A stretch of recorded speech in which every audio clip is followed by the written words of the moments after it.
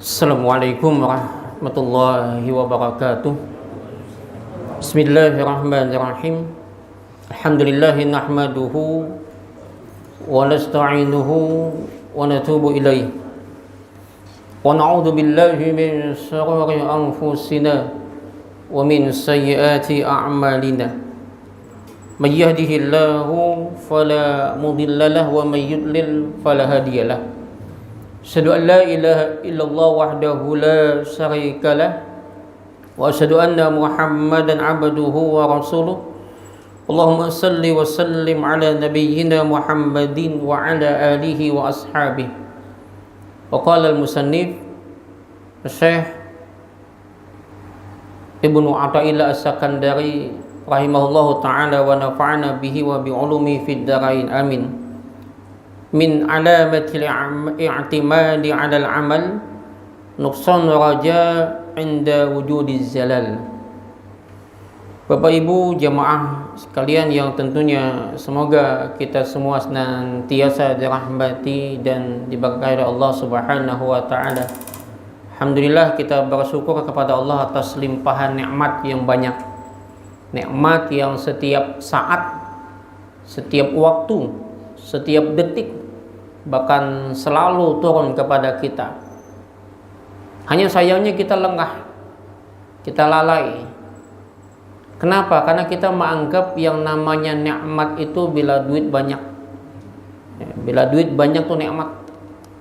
Dikasih uang 1 M, sujud syukur langsung.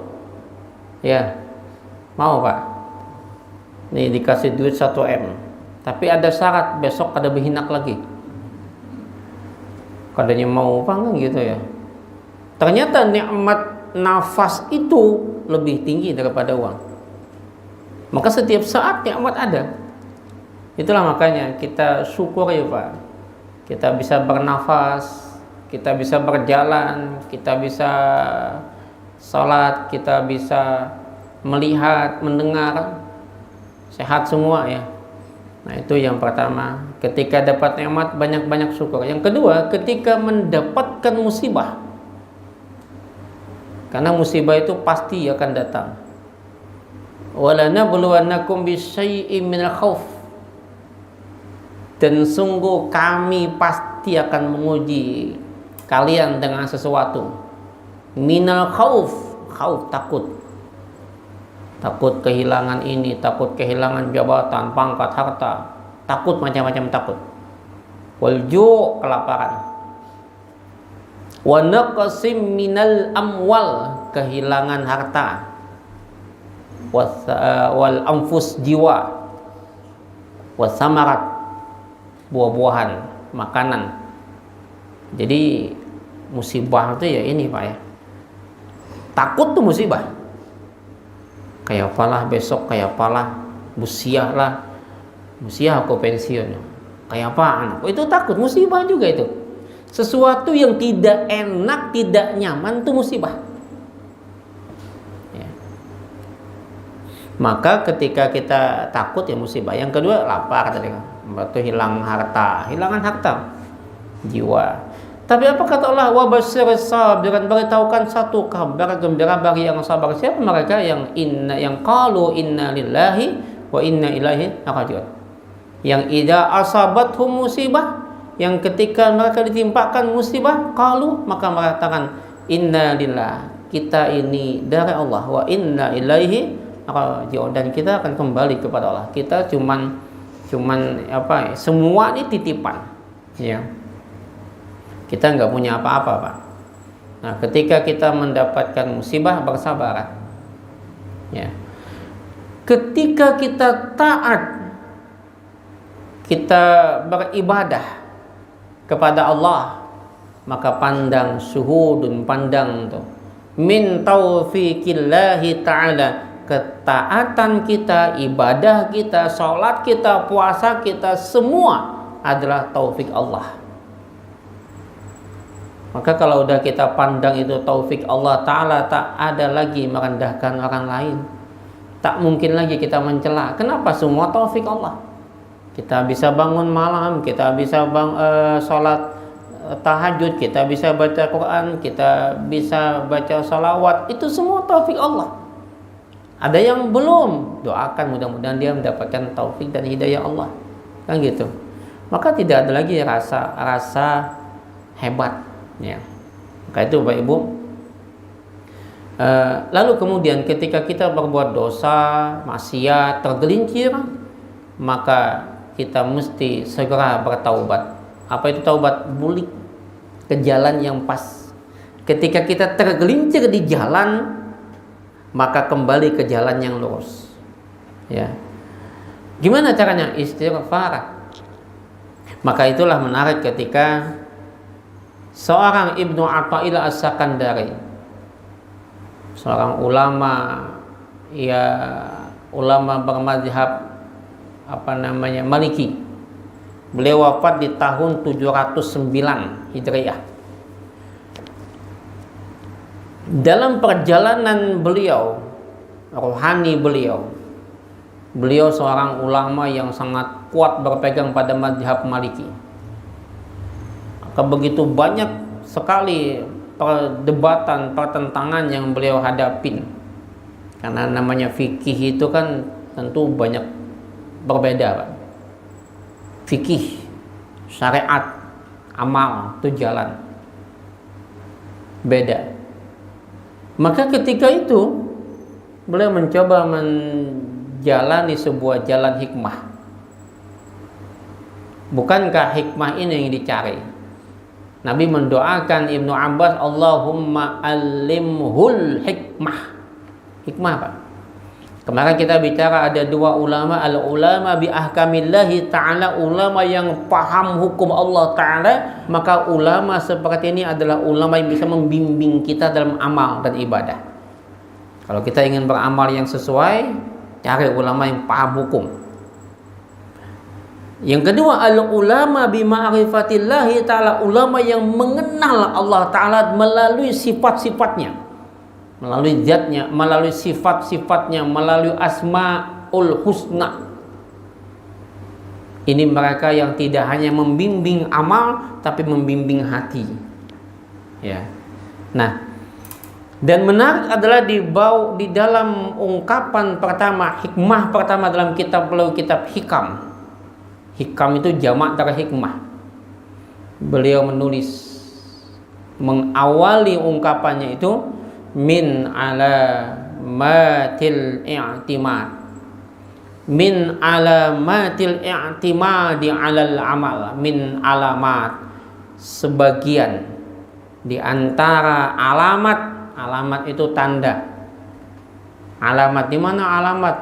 Di jalan Handil Bakti, yalah, komplek Gria Permata. Memutarnya jauh, Pak. Mencari pemalingan tuh ngalih benar Pak ini. Saya kalau pakai mobil lah misalnya macet sudahnya, mutar ke sana. Aduh, jauhnya ke Bila sampainya. Kejauhan, mulai pemalingan tuh kejauhan. Ini masih mending tapi jauh kan Gria Permata. Coba dong setelahnya tuh jauhnya bilang hendak 2 pal apa mutarnya ya. Ya Allah, banget banget malah pemalingan itu bangetan, macet pada. Ya kayak apalah, kita tahu juga hitungannya lo nih kayak apa hitungan sebujurnya lah. Nih yang paham nih bukan anu lah, bukan dinas perhubungan lah, yang paham hitungannya hitungan. Saya kadang-kadang lucu malah, pemalingan jauh, tapi macet juga masih. Memutar tuh nah kebanyakan orang yang mutar, terkumpul. Di kampung malah lucu-lucu lagi di kampung. Kebanyakan polisi tidur, dekat belang. Ya Allah, hitungannya kayak apa nih? Polisi tidur itu menghalangi jalan, itu harus ada hitungan. Kada sembarangan maulah. Asal ulah polisi tidur jangan supaya orang kada laju. Tatape laju. Biar polisi tidur kakak. Amun hendak nang maulah orang kada laju bahkan begana itu poluan tidur. Itu pasti sudah. Poluan tidur pasti. Amun polisi tidur siapa? Pasti lewatnya. Poluan suruh tidur. Melihatnya tak begana pasti. Melihat poluan tidur ya Allah. Ini kayak apa aturan-aturan kayak gini lah.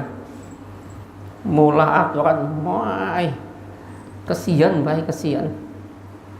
Tapi ya biarlah, sudahlah, sabar aja Pak. Itu termasuk musibah aja baik. Musibah itu, ya. Baginda hendak lakas sampai jauhnya mutar ke situ. Tapi ya alhamdulillah, kayak apapun untung juga dibaiki jalan lah. Terima kasih juga kan. Kita ini banyak terima kasih ya Pak. Pokoknya kada hidup kecuali terima kasih dengan siapapun. Termasuk lawan maulah pemalingan yang jauh itu. Terima kasih Pak, untung pian maulah pemalingan yang jauh tuh. Nah baik Bapak Ibu yang dirahmati Allah. Maka di antara alamat, sebagian daripada alamat al-i'timad, bergantung, bersandar. Alal amal, kepada amal. Bergantung kepada amal.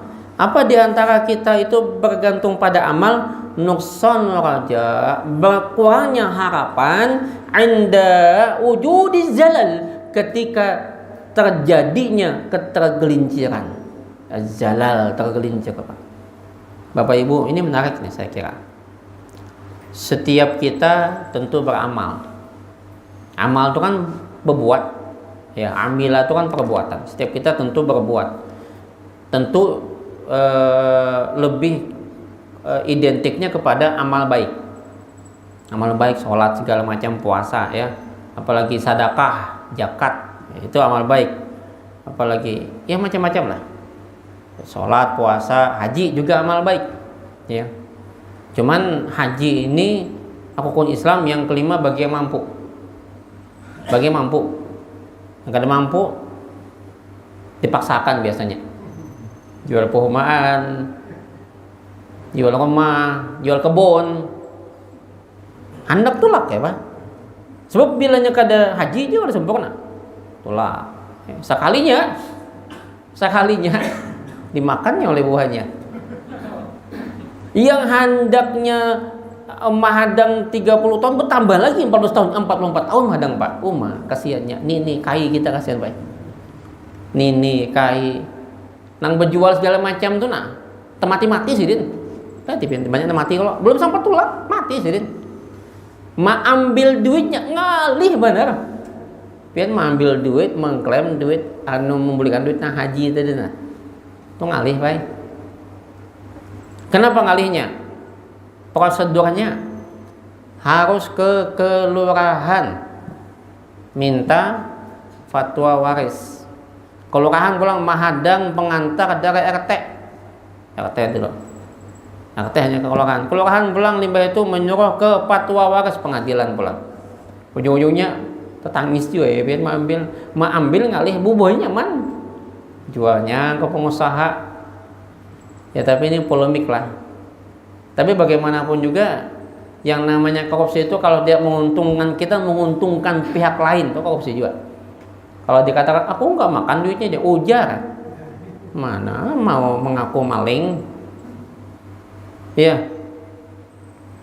Wah ini sahabat zaman Pak ya. Saya malam Ahad ceramah di Perumahan Wijaya. Jam 9 ada telepon gini. Ternyata saya nggak ngangkat. Biasanya kalau ada telepon, biasanya kalau saya ceramah nggak ada telepon. Pulang ternyata apa? Berantakan nih, spanduk segala macam di atas kendaraan kan supaya jangan ada kucing. Kok berantakan, saya bilang sama anak-anak. Bi, coba pian baca dulu WA. Saya baca WA, Bi, motor Beat kita hilang. Makanya kebeli itu Pak. Motor Beat hilang. Saya ingat Nabi bilang, sabar itu ada pada hantaman pertama. Berita pertama. Bila di saat mendapat berita pertama kita langsung bereaksi, belum sabar. Kalau setelahnya itu ada. Di saat hantaman pertama, situ saya langsung innalillahi wa inna ilaihi raji'un. Udah ya. Tapi sabar itu boleh pasif Pak. Aktifnya Pak, lapor. Cari CCTV, muhanya jelas. Muha malingnya jelas. Dua-duanya jelas semuanya. Lapor polisi. Sampai hari ini 2 minggu kada dapat juga. Nang jelas muhab lagi jelas. Apa digawe? Aduh ya Allah. Kadang asandak ulun menjaga sokakan gitu, jakanya kada anu ulun dapat ulun tuh. Muhanya jelas Pak. Dapat. Nang istilah bahasa ulun tuh orang bungo aja dapat. Muha jelas kita apalagi nang jelasan tuh lah. Berarti apa digawe? Berarti digawinya itu cuman nerima laporan selesai. Ya kalau kayak itu kan, muha jelas ya, kalau muha jelas. Aduh, jalan gini sampai udah gini deh biar ada jalan. Anu kasihan juga kan polisi woyo. Nya gawenya kan cuman mencari mana bila ada orang pindah melangkah lalu lintas tangkap. Itu aja gawenya. Menguntungkan. Ya ini sistemnya menguntungkan. Kada menguntungkan kada pakai. Apa aja tuh. Tapi di India, Pak, di India. Belum nonton India aja gitu, Pak. Polisi India tuh nang mana menguntungkan. Kita ada ya kita. Ya muha jelas kada dapat berarti mungkin mata perlu di anu juga, perlu dites juga. Saya dulu Pak, saya dulu tahun 96 97 tuh masuk calon tarunaka Pak. Mata dites. Harus baik semua. Mungkin wah ini kada lagi kalau lah. Harus jelas mata, gigi semua kan. Tapi itu catat calon taruna. Tapi kada lulus sana, Pak. Karena lulus itu kan hitung-hitungan juga kan. Ini soalnya hitung-hitungan kayak menghitung memaling kendaraan juga kan. Memaling itu ada hitung-hitungannya juga. Serabah hitung-hitungan. Nah, Bapak Ibu yang dirahmati oleh Allah Subhanahu wa taala, balik tadi. Bahwa kita ini beramal. Salat, puasa, sedekah. Tapi yang jadi persoalan itu ketika kita menjalankan amal itu bukan persoalan sedikitnya amal, bukan. Bagi saya amal sedikit ada masalah. Yang penting dia mengerjakan 5 waktu. Tapi yang jadi berbahaya itu bukan amal sedikit. Yang bahaya itu ketika kita bersandar pada amal kita. Itu yang bahaya. Ibnu Athaillah As-Sakandari menyebutkan tidak berbahaya kita itu sedikit amal, tapi berbahayalah ketika kita bersandar pada amal. Coba lihat. Kalau kita bersandar pada amal, kalau kita bergantung pada amal, lupakah kita bahwa amal itu hanya sebuah jalan, sebuah syariat untuk menuju Tuhan kita? Maka kalau amal itu adalah sebuah jalan, sebuah syarat untuk menuju Tuhan kita tak perlu bersandar pada amal. Kita bersandar pada rahmatnya Allah. Di situ kemudian, kalau kita bersandar pada amal, menganggap dengan amal, akhirnya kita merendahkan orang yang amalnya sedikit. Nih, seorang puasa Senin Kamis itu kada, nah mulai. Kita rajin sholat ini, rajin sholat malam, rajin sholat duha dan sebagainya. Kita tak lagi mempersoalkan orang yang sedikit ibadah. Kita juga tak lagi merendahkan orang yang bermaksiat. Karena yang namanya maksiat, namanya dosa, kita semua tak lepas daripada perbuatan dosa. Yang jadi persoalan adalah kita semua berdosa, tapi kemudian yang jadi persoalan adalah bagaimana kemudian orang berdosa ini sebaik-baik orang berdosa adalah ketika dia bertaubat. Belum tentu loh kita ini lebih baik daripada mereka. Ketika iblis mengatakan ana khairum minhu, aku lebih baik daripadanya. Betul. Secara amal iblis lebih baik. Secara ilmu iblis lebih tinggi merasa. Tapi apa yang dipandang Tuhan? Dia jatuh karena kesombongan dia. Kenapa? Dia bersandar pada amal. Ya. Maka itulah Bapak Ibu yang dirahmati oleh Allah Subhanahu wa taala. Di dalam hadis sahih Imam Bukhari dan Muslim, Nabi menyebutkan la yudkhila ahadan amaluhu al-jannah. La yudkhila ahadan amalul jannah, tidaklah dimasukkan salah seorang kamu dengan amalnya ke surga, tidak. Amal tidak memasukkan kita ke surga, bukan amal. Ini jangan langsung disimpulkan. Lihat kejelasan belum selesai. Kalau sahabat bertanya, wala anta ya Rasul, bukan juga engkau ya Rasul, tidak juga engkau. Iya, kata Nabi. Wala ana, tidak juga aku. Aku juga tidak karena amal surga. Illa, kecuali apa? Ayyataghammadani Allahu bifadli wa rahmati. kecuali Allah penuhi aku dengan karunia dan rahmatnya, maka yang membawa kita ke surga itu rahmat Allah. Ada seorang murid bertanya kepada Al-Ghazali dalam kitab Ayyuhal Walad yang pernah saya baca dulu di sini, wahai imam, bukankah yang membawa kita ke surga itu adalah karunia dan rahmatnya Allah? Al-Ghazali menjawab, na'am, betul. Cuman apa? Fama tabluk, cuman mata tabluk, cuman kapan sampainya kalau hanya dengan amal, dengan rahmat. Ada seorang murid berkata, bukankah kita dimasukkan surga dengan karunia dan rahmat Allah? Betul, kata Al-Ghazali. Cuman kapan sampainya bila kau tanpa amal? Mata tabluk, kapan sampainya bila tanpa amal? Artinya untuk mendapatkan kasih Allah, karunia Allah, tentu pakai jalan.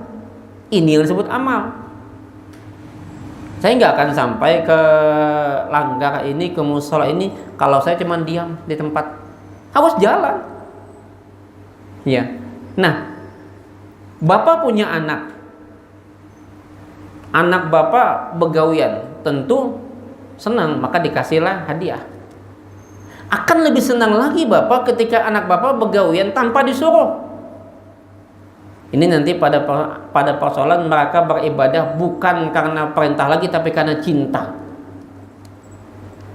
Puncak tertinggi rohani seorang hamba itu cinta, Pak.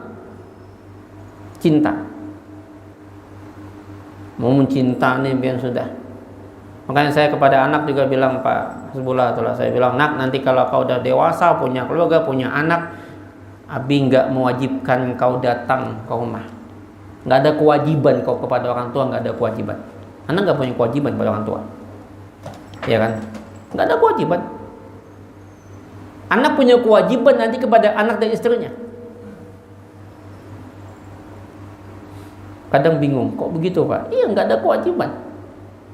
Kewajiban utama seorang suami kepada anak istrinya. Tapi setelahnya dia harus juga memikirkan orang tua, karena orang tua adalah ketaatan dia.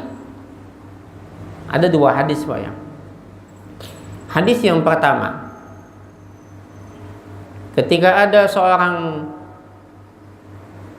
ayah atau anak, ya, seorang anak laporkan bapaknya kepada Rasul telah mencuri hartanya. Ya Rasulullah, inna abi akhadha mali, wahai Rasulullah, sesungguhnya abahku mencuri hartaku.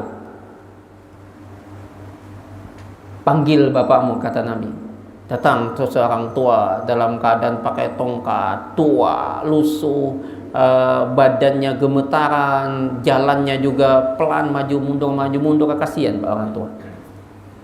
Wahai orang tua, kata Nabi, anakmu laporkan engkau telah mencuri hartanya. Apa kata orang tua ini? Ya Rasulullah, dulu ketika dia masih kecil, saya bekerja mencari nafkah bating tulang untuk menghidupi anak istri saya, dan dia merebut sebuah kenikmatan yang saya berikan untuknya.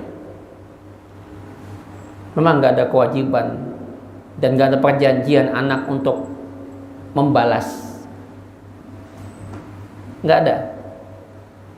Tapi Quran mengingatkan kita untuk berbuat baik kepada orang tua. Lalu ya Rasulullah, di saat itu, hari ini dia memiliki segalanya sementara ibunya sakit, ya Rasul. Saya ambil hartanya untuk memberi ibunya obat yang sedang sakit dan memberi makan ibunya. Ya Rasulullah, taruhlah, nggak usah dia pandang saya sebagai ayah, pandang saya sebagai jiran tetangga saja. Bagaimana mestinya kita berlaku kepada jiran tetangga? Tatkala kita masak, Pak, tercium baunya, Nabi perintahkan apa? Banyakin kuahnya supaya dikasih. Pandang saya tetangga, bukan ayahnya. Bagaimana ya Rasulullah? Harusnya dia kepada saya, nggak usah saya dianggap ayah. Berarti kebangetan ya anak. Apa kata Nabi? Nabi memegang kerah baju si anak. Apa kata Nabi? Anta wa maluka li abika, engkau dan hartamu untuk bapakmu. Hadis yang satu, Pak, bahwa orang tua boleh mengambil bagian dari anak ketika kondisi yang seperti tadi. Masa anak terlalu banyak, mampu kuitan sakit berdiam. Tapi di sisi lain, ada seorang orang tua yang bilang ke Rasul bahwa dia punya anak durhaka. Ya. Maka dipanggil tuh anak. Dipanggil anak itu. Ayahmu bilang kau durhaka. Kau berani melawan dia. Apa kata anak? Apakah tugas seorang ayah, wahai Rasulullah? Tugas ayah itu apa? Kewajiban ayah apa? Menafkahi, mengasih nama yang baik, mendidik, dan sebagainya. Itu tidak pernah dilakukan ayah saya kepada saya. Apa kata Nabi? Kau yang durhaka pada anakmu. Nah, di sini kita harus seimbang, Pak, ya. Nggak boleh pukul rata malah satu hadis yang tadi tiba-tiba anak langsung wajib ke orang tua. Istrinya gimana? Istri juga kewajiban. Maka utamakan dalam hal nafkah. Ingat, dalam hal nafkah yang lebih diutamakan seorang laki-laki itu adalah istri dan anak-anaknya. Tapi dalam hal ketaatan yang diutamakan adalah orang tua. Ketaatan. Ada lagi hadis, Pak. Ketika Nabi ditanya siapa ya Rasul yang lebih utama, kata Nabi ummuka. Siapa lagi ya Rasul dalam hal pelayanan nih? Ummuka baru abuka. Ini dalam hal pelayanan. Dua-duanya sama wajib. Ayah wajib, ibu wajib. Cuman ketika melayani utamakan ibu. Nak, ujarna abah, tukarakan abah rokok. Misalnya kan abah dulu kan gitu.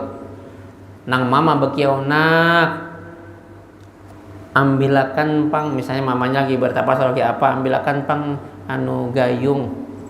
Mama dulu, Pak. Mama dulu baru abah. Dalam hal pelayanan. Kenapa?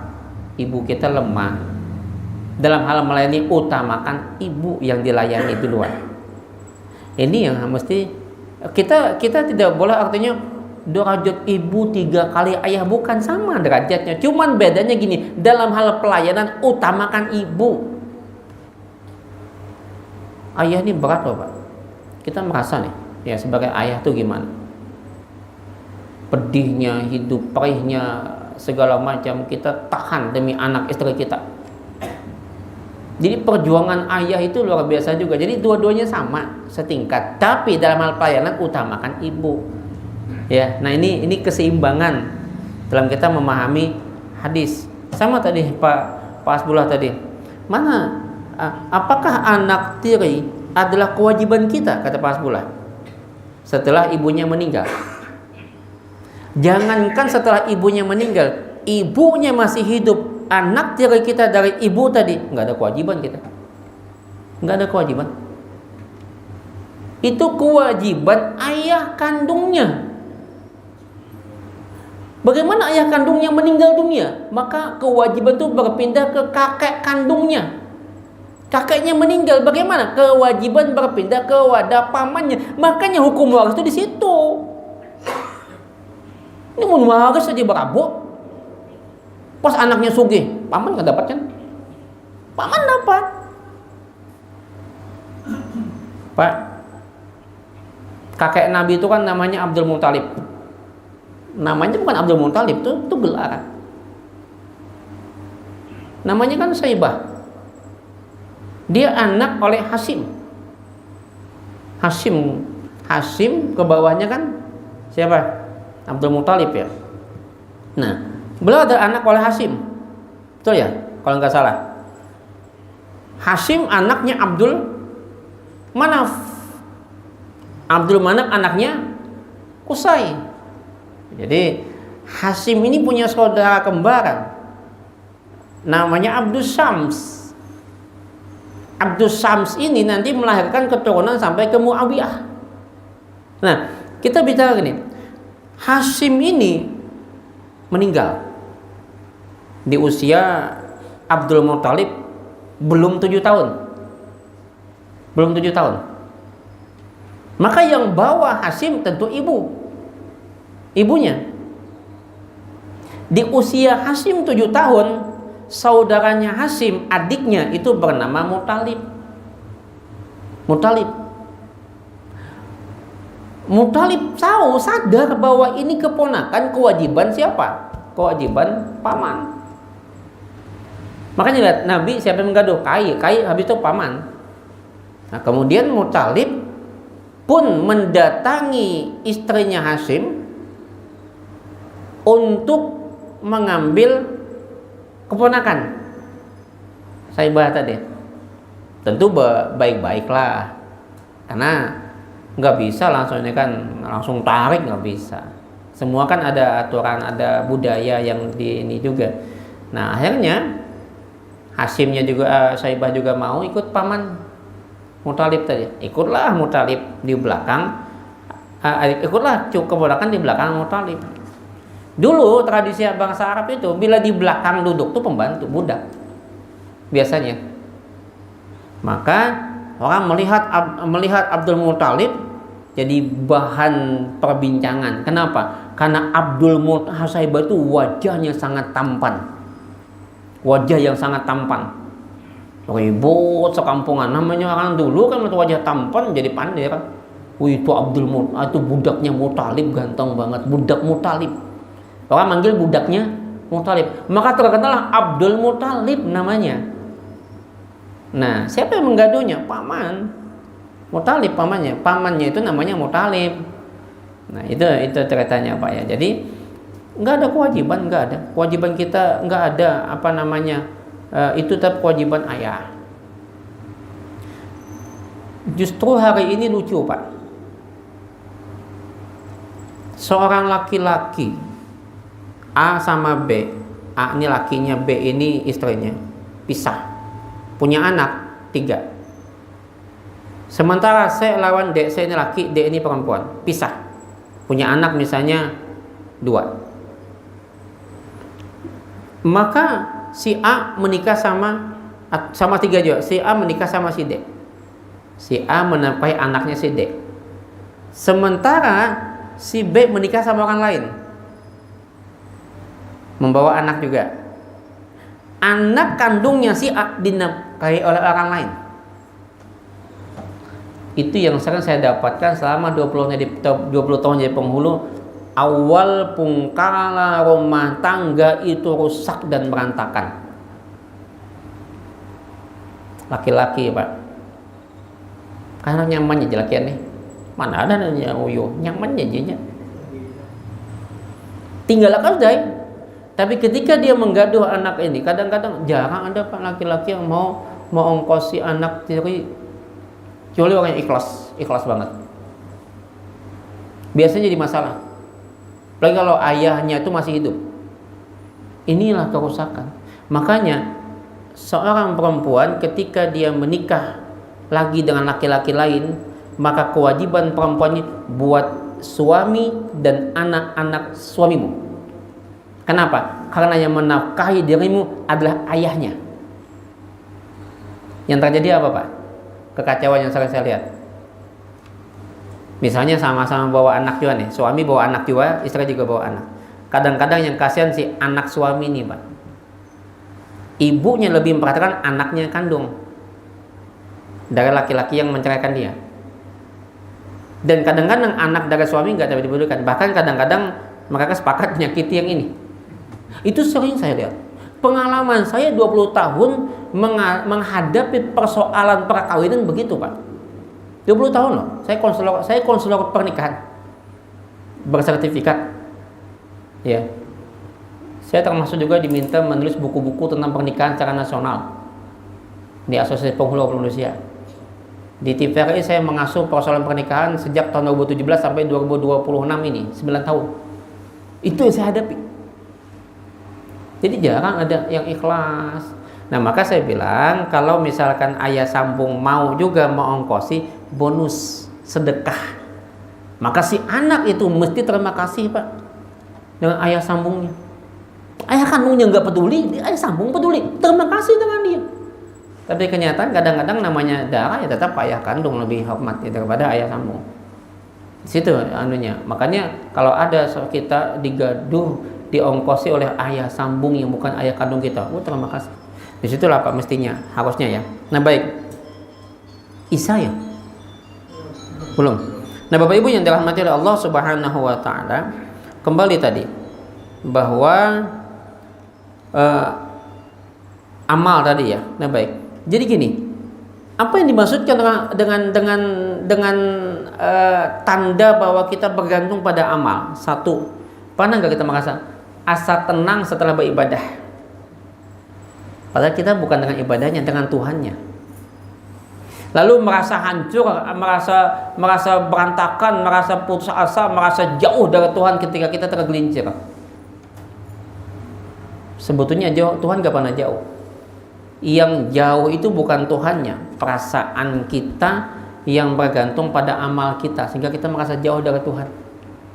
Ya, Tuhan itu dekat sekali, bahkan lebih dekat daripada bin hablin, daripada warat nadi kita. Maka sejatinya ungkapan ini mengandung tauhid.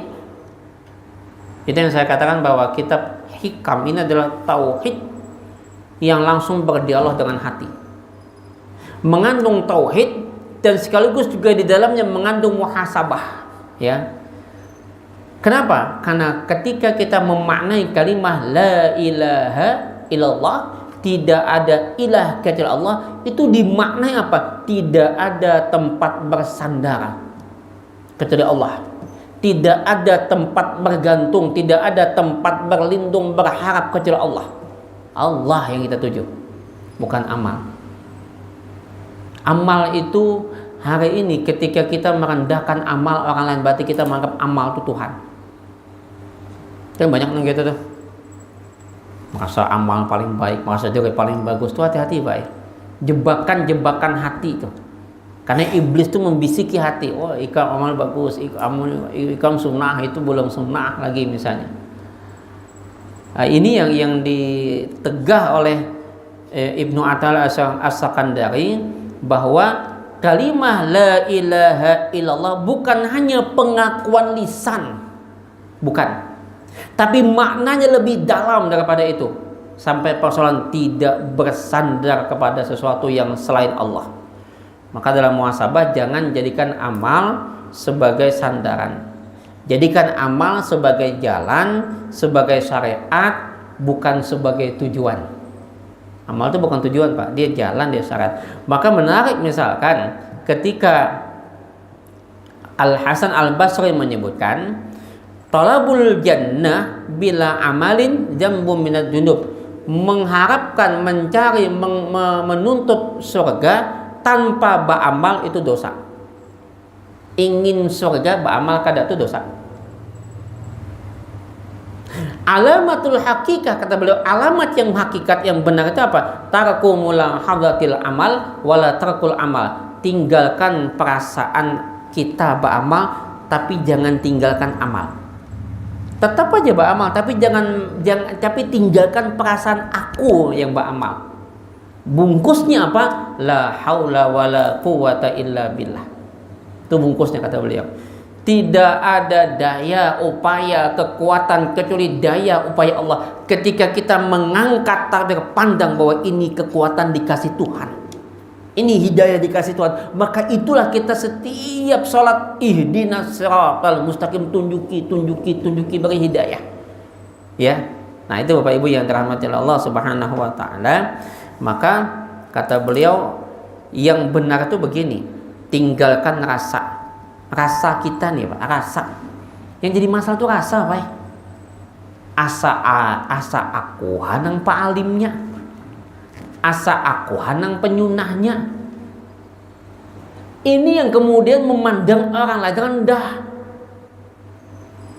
Dan ini yang paling bahaya. Bukan sedikit amal, bahaya tuh di situ. Ya. Maka perlu kita bermuhasabah. Misalnya Ali bin Abi Thalib menyebut gini, Man dhanna annahu bidunil judi yasil.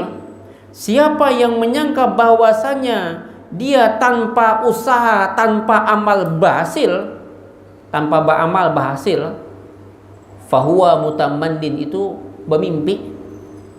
Pokoknya mun Tuhan kasih sayang doa kita, surga kita mimpi berarti. Ada apa-apa aja sembahyang, kada puasa, kada sembahyang, yang penting Tuhan sayang, kadanya Tuhan sayang, Bang. Itu mimpi. Jadi bila kita berharap surga tanpa amal, itu mimpi. Sebaliknya, wa man dhanna annahu bi badlil juhdi yasil fa huwa mustaghnin. Dan siapa yang menyangka bahwasanya dengan inya berusaha sungguh-sungguh beramal lalu berhasil mencapai, maka itu sombong. Sombong. Nah, jadi kita jangan berpingkut pada amalnya, pingkut pada Tuhannya. Amal hanya sebagai jalan. Ada orang ternyata beda dengan kita, coba kita pelan-pelan. Belum mau juga dia, udahlah maafkan, mohonkan ke Allah supaya dia dapat hidayah. Kalau usah kita membenci dia, nggak usah. Nah, kemudian Bapak Ibu yang dirahmati oleh Allah Subhanahu wa taala, lalu kemudian syariat secara lahir menyuruh kita berusaha tadi ya, beramal, apalagi bersungguh-sungguh taat. Secara syariat menyuruh kita tetap kita jalankan. Namun secara tauhidnya, hakikatnya, syariat itu juga melarang kita bersandar pada amal itu sendiri. Ya, tempat bersandar kita, bergantung kita pada rahmat Allah. Kita mesti merasa lemah di hadapan Tuhan. Maka la haula wala quwata illa billah. Maka akan terhindar ujub. Ujub tuh takjub lawan diri nih. Wah, abahnya yang malam tadi biar ulun bertahajud. Berkisah tuh Bang. Wah, aku membaca Quran sehari itu 5 juz. Berkisah. Merasa takjub. Maka hilang rasa ujub dan sombong. Ini yang harus kita seimbangkan antara amal, usaha, tawakal dengan kalimat la haula wala quwata illa billah. Bahwa kita bisa bangun malam, kita bisa sholat tahajud, kita bisa menjaga iman, kita bisa menangis karena merasa bersalah dengan dosa-dosa kita. Itu semua taufik Allah. Setengah malam bangun itu taufik Allah, hidayah Tuhan. Ya, makanya itu di dalam surah Yunus misalnya, qul bi fadlillahi wa bi rahmatih. Katakanlah dengan karunia Allah dan rahmatnya lah, fabidzalika falyafrahu, maka kalian yang demikian itu bergembiralah. Huwa khairum ma yajma'un, yang demikian itu lebih baik dari apa yang kalian kumpulkan. Jadi rahmat, karunia Allah itu lebih utama di atas segalanya. Ya. Maka itulah Bapak Ibu yang dirahmati Allah, amal itu bisa ada tadi kenapa? Karena taufik Allah. Kesuksesan amal kita, usaha kita bukan dari diri sendiri, tapi karena Allah. Maka inilah yang kemudian kenapa iblis terjerumus? Karena dia menganggap dia hebat. Ya. Kenapa Qarun lalai, sombong? Karena dia menganggap ilmunya. Innama utitu ala ilmin indi, sesungguhnya aku dapatkan kekayaan ini adalah karena ilmuku semata. Ya. Nah, baik. Karena Isa mungkin sampai nih. Saya tutup begini.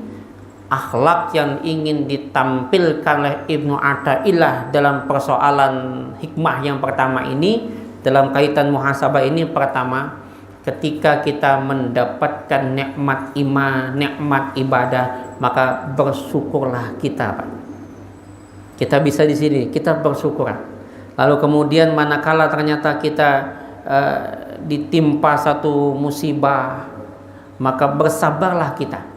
Dan manakala kita mampu melakukan amal dan ketaatan, rendahkan hati kita, jangan sombongkan hati kita. Pandang itu taufik Allah Ta'ala.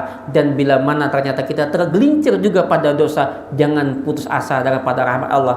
Kembali kepada jalan yang lurus tadi dengan memperbanyak istighfar. Saya kira ini kita tutup dengan doa. kafaratul majlis. Subhanakallahumma rabbana bihamdika asyhadu an la ilaha illa anta astaghfiruka wa atubu ilaik. Hasbunallahu wa ni'mal wakil. Assalamualaikum warahmatullahi wabarakatuh.